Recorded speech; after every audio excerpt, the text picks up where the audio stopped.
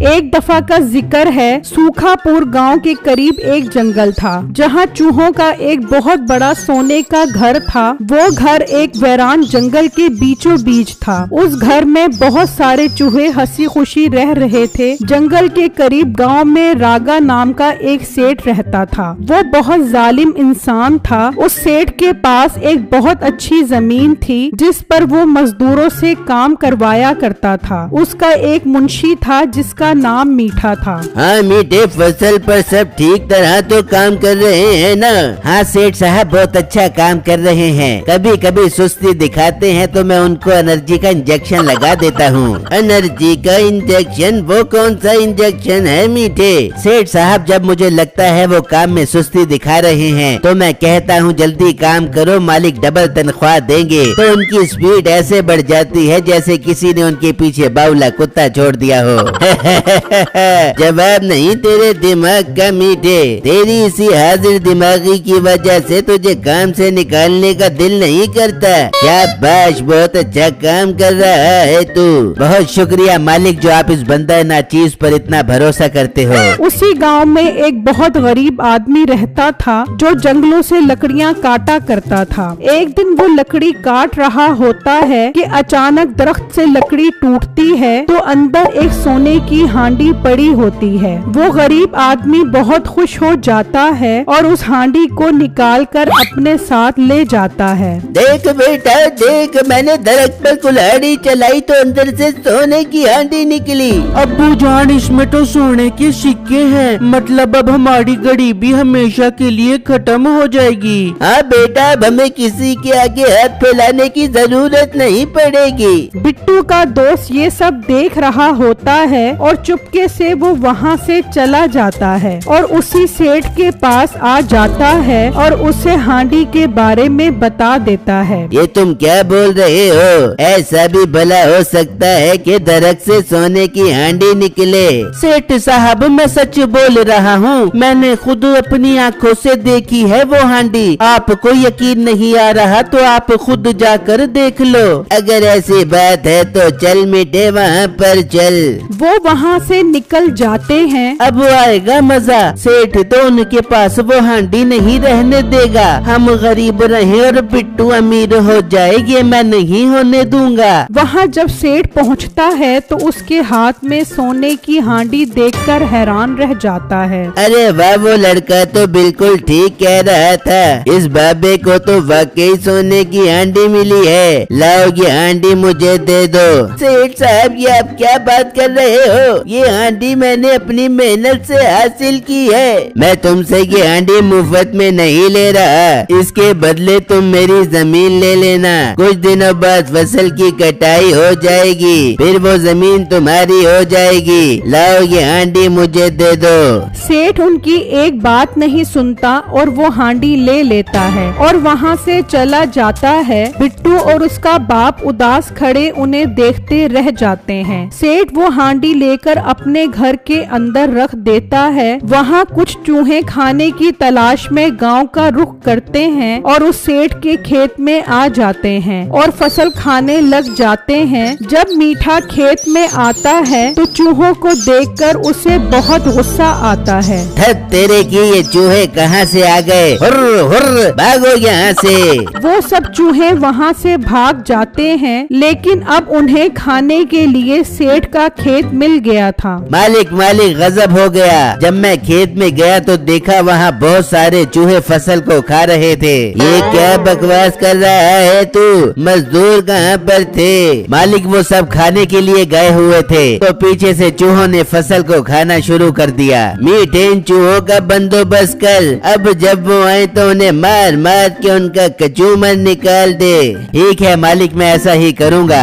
वहाँ बिट्टू और उसका बाप उदास बैठे होते हैं। बेटा, इतनी मुश्किल से सोने की हांडी अपने हाथ लगी थी, लेकिन वो जालिम सेठ अपने साथ ले गया। अब्बू जान, फिक्र मत करें, सेठ उसके बदले हमें जमीन भी तो दे रहा है ना। हम उस पर मेहनत करके अच्छी अच्छी फसलें उगाएंगे और उस सोने के बराबर पैसे कमाएंगे। हाँ बेटा ठीक है, हम कल जाते हैं और सेठ से जमीन अपने नाम करवाते हैं। फिर जब अगला दिन निकलता है तो मीठा खेत में डंडा लेकर बैठ जाता है और चूहों के आने का इंतजार करने लग जाता है। तभी कुछ चूहे खेत में आते हैं और कुछ सेठ के घर के अंदर चले जाते हैं। तो उनकी नजर उस सोने की हांडी पर पड़ती है। वहाँ एक चूहा मीठे के हत्थे चढ़ जाता है। वो उसे मार मार कर जान से मार देता है। बाकी चूहे वहाँ से भाग जाते हैं और जो घर के अंदर गए थे वो उस हांडी से सोने के सिक्के लेकर भाग जाते हैं। मालिक मुबारक हो, देखो मैंने मार मार के चूहे की क्या हालत कर दी है। वाह मीठे, वाह दिल खुश कर दिया तूने। बाकी चूहे कहाँ गए? मालिक वो सब भाग गए, अब उम्मीद है वो कभी वापस नहीं आएंगे। तभी बिट्टू और उसका बाप भी आ जाते हैं और उससे जमीन का मुतालबा करते हैं। घर बसा नहीं और लुटेरे पहले आ गए। जाओ दिमाग खराब न करो, पहले ही चूहों ने तंग किया हुआ है और ऊपर से तुम लोग भी आ गए जमीन लेने। तो सेठ साहब, आप हमारी सोने से बड़ी सिक्कों की हांडी ले गए थे, उसके बदले आपने जमीन देने का वादा किया था। हमारा हक वापस करो। हक? कौन सा हक?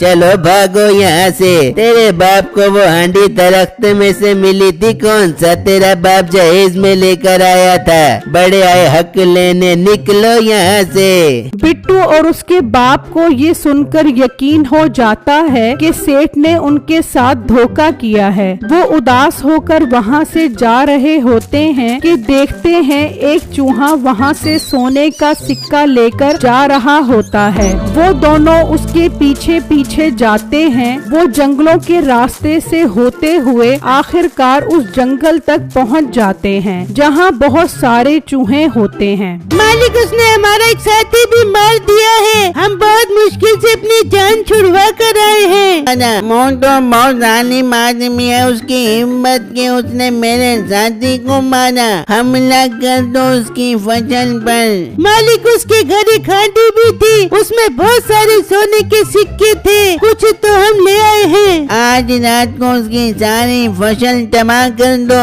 और सारे सिक्के भी ले आओ।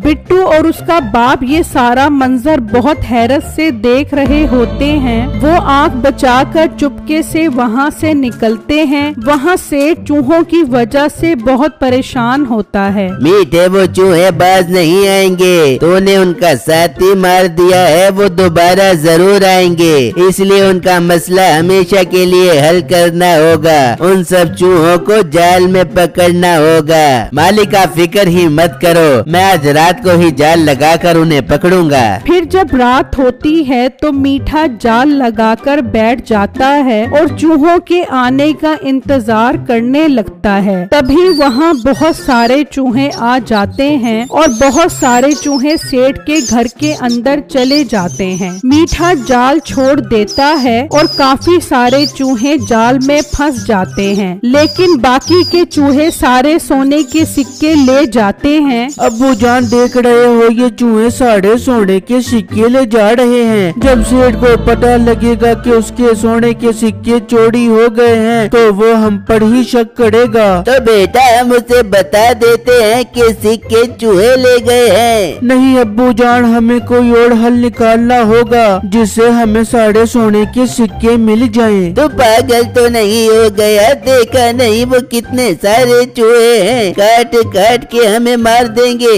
अब्बू जान, इस बात को छोड़ो, सेठ के खेत में चलो, वहाँ बाकी के चूहे भी आने वाले होंगे। वो जब खेत में पहुँचते हैं तो देखते हैं कि काफी सारे चूहे जाल में फंसे हुए होते हैं। अब्बू जान देखो, सेठ ने सारे चूहे पकड़ लिए हैं। अब्बू जान, ये इन चूहों को मार देंगे। बेटा, तू इन्हें आजाद कर दे, वो सेठ बहुत जालिम है, इन्हें नहीं छोड़ेगा। हाँ अब्बू जान, मैं इन्हें आजाद करवा देता हूँ। बिट्टू जाल हटा देता है और सारे चूहे वहाँ से निकलकर भाग जाते हैं। बिट्टू और उसका बाप वहाँ से चले जाते हैं। वहाँ वो सब चूहे अपने मालिक को सारी बातें बताते हैं। अगर वो लड़का ना आता तो तुम सबकी मौत पक्की थी। हम उस लड़के का शुक्रिया अदा करना चाहते हैं, तुम उसे बुला कर आओ।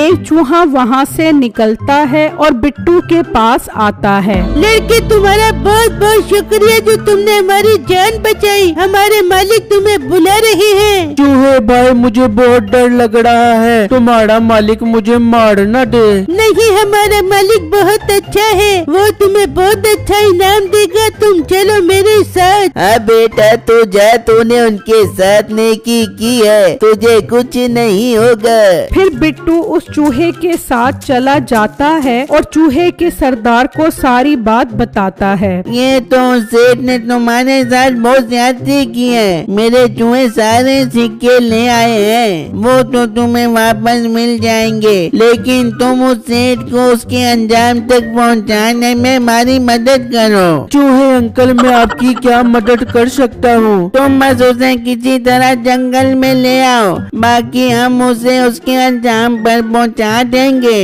ठीक है चूहे अंकल, मैं कल ये काम करने की कोशिश करता हूँ। फिर जब अगला दिन निकलता है तो मीठा खेत में चूहे मारने आता है तो वहाँ कोई चूहा भी मौजूद नहीं होता। तभी वहाँ सेठ भी घबराया हुआ आ जाता है। मीठे, गजब हो गया, हांडी में एक भी सोने का सिक्का नहीं है। और मालिक, रात मैंने जाल में बहुत सारे चूहे पकड़े थे, वो सब भी किसी ने आजाद कर दिए। ये मुझे बिट्टू और उसके बाप का काम लगता है, सिक्के भी उनके पास ही हैं। चल वहाँ मेरे साथ। वो दोनों बिट्टू के पास पहुँचते हैं। कहाँ है हमारे सोने के सिक्के?